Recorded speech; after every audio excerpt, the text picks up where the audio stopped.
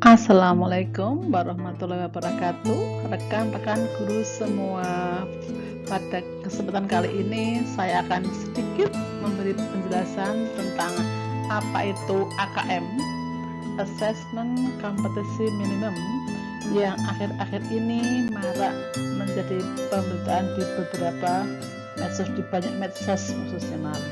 Kemudian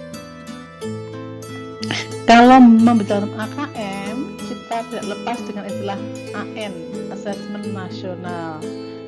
Kalau tahun-tahun sebelumnya kita mengenal ujian nasional, tapi saat ini kita mengenal yang namanya AN.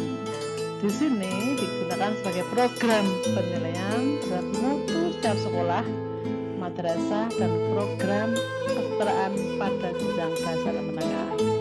Nah, mutu satuan pendidikan tadi dinilai berdasarkan hasil karakter belajar murid mendasar, yakni apa itu? Literasi, numerasi, dan karakter. Adapun 3 instrumen utama, yakni AKM, survei karakter, dan survei lingkungan belajar. Jadi kesimpulannya, AN itu ada 3 komponen, yakni AKM, survei karakter, dan survei lingkungan belajar. Kemudian menginjak pada peserta asesmen nasional. Di sini ada kepala sekolah, seluruh guru, dan murid yang dipilih secara acak. Kemudian untuk jenjang kelas SD, dan MI itu kelas 5 dengan maksimal murid peserta 30 sudah bisa asal juga. Sedangkan untuk jenjang SMP atau MTS itu dibagi dari kelas 8, dan untuk jenjang SMA, MA, atau SMK itu dibagi dari kelas 11 yang diambil secara acak maksimal 45 menit setiap satuan pendidikan. Nah, sekarang apa hubungan AN dan AKM?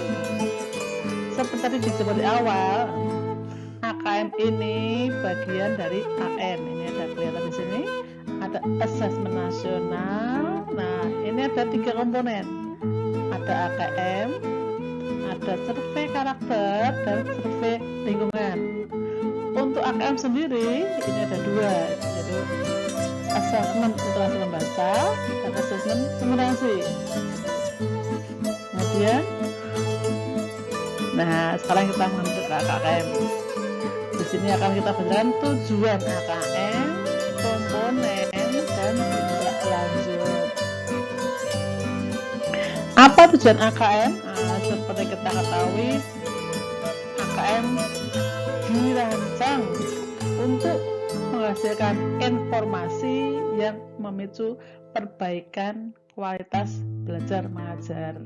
Oleh sebab itu, mengapa pesertanya diwakili kelas 5, kelas 8, dan kelas 11, supaya nanti siswa yang melakukan AKM tadi, yang melaksanakan AKM tadi bisa merasakan hasil tindak lanjut. Oke, sekarang ini ada kompetensi, literasi, dan numerasi dari AKM. Ini ada masing-masing ada 3 ini untuk konten, proses kognitif, dan konteksnya. Nah, untuk literasi membaca sendiri, kontennya terdiri dari teks, informasi, dan sastra atau fiksi di sini. Ya. Untuk teks yang informasi tujuannya untuk memberikan fakta dan data informasi supaya siswa berkembang wawasannya dan mempunyai pengetahuan yang ilmiah gitu. Kemudian untuk tes yang fiksi ini tujuannya apa? Supaya siswa mendapatkan pengalaman dan menikmati cerita dan melakukan perenungan kepada pembaca gitu.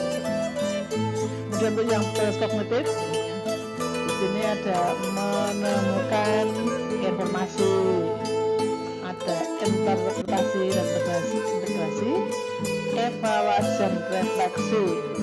Untuk menemukan informasi ini, maksudnya supaya siswa mencari dan mengakses informasi yang tersurat dari wacana. Untuk interpretasi itu memahami informasi yang tersurat. Sementara untuk evaluasi itu menilai kredibilitas, kesesuaian maupun keterpakaian teks, serta mampu mengaitkan si teks dengan hal-hal yang di luar teks. Kemudian konteksnya, konteks personal ini ada berkaitan dengan kepentingan pribadi. Kalau yang sosial budaya berkaitan dengan kepentingan antar individu. Sementara itu untuk saintifik itu berkaitan dengan isu, aktivitas serta fakta ilmiah baik yang telah dilakukan maupun yang besok-besoknya. Untuk numerasi juga sama ini. Kemudian bentuk asesmen nasional. Kalau dulu ujian nasional kita mengenal bentuknya cuma pilihan ganda 50 soal. Nah ini untuk bentuk asesmen nasional ini yang akan tadi ada pilihan ganda kompleks, ada menjodohkan, ada isian singkat, ada uraian. Dari bentuknya saja kita bisa melihat ini menuntut siswa untuk berpikir kritis. Kemudian kita jumlah soal HKM. Nah, jumlah soal HKM seperti kita ketahui kan ada dua, kompetensi membaca dan numerasi. Untuk yang SD, jenjang SD yang kelas 5 itu ada 30 soal literasi membaca, 30 soal numerasi. Untuk yang kelas 8 SMP itu ada 36 soal literasi membaca dan 36 soal kompetensi literasi numerasi. Kemudian untuk yang kelas 11 itu ada 36 soal juga untuk literasi membaca dan ada 36 soal untuk kompetensi literasi numerasi. Nah ini ada pembagian sesi di tiap sesi ya. Untuk AKM, untuk dalam menempuh AKM tadi ada hari pertama sama kedua. Di tiap-tiap hari ini dibagi 3 sesi. Sesi pertama ini persiapan tes literasi survei. Kemudian untuk sesi yang kedua persiapan tes literasi survei sama ya. Untuk yang numerasi juga sama, cuma untuk literasi diganti dengan numerasi. Yang kita mengacu ke pelaporan AKM. Kalau saat ujian nasional, pelaporan berujuk nilai-nilai dan angka-angka lulus atau tidak lulus ya. Nah, di AKM nanti ini ada beberapa poin-poin ini. Yang pertama adalah ada keterangan perlu intervensi khusus. Di sini ada keterangannya murid belum mampu menemukan dan mengambil informasi eksplisit. Yang eksplisit tidak mampu, apalagi yang implisit itu perlu khusus. Kemudian untuk yang dasar, murid mampu menemukan dan mengambil informasi eksplisit yang ada dalam teks serta bisa membuat interpretasi sederhana. Kemudian yang kategori cakap, di sini siswa mampu membuat interpretasi dari informasi implisit. Implisit. Kalau yang dasar tadi eksplisit, yang perlu intervensi khusus itu juga eksplisit, dan yang cakap kita dah juga implisit. Serta mampu membuat simpulan dari hasil integrasi beberapa informasi dalam suatu teks. Kemudian yang kategori mahir mampu mengintegrasikan beberapa informasi lintas teks, jadi bisa mengevaluasi isi, mengevaluasi kualitas cara penulisan teks serta bersifat reflektif terhadap isi tadi. Kemudian juga pelaporan AKM yang tingkat kompetensi numerasi sama juga, ini ada 4 kategori. Nah, ada perlu intervensi khusus, dasar, cakap, dan mahir. Untuk yang perlu intervensi khusus di sini siswa hanya memiliki pengetahuan matematika yang terbatas, jadi murid bisa menunjukkan penguasaan konsep yang parsial itu ya sebagian-sebagian, dan keterampilan komputasi yang terbatas.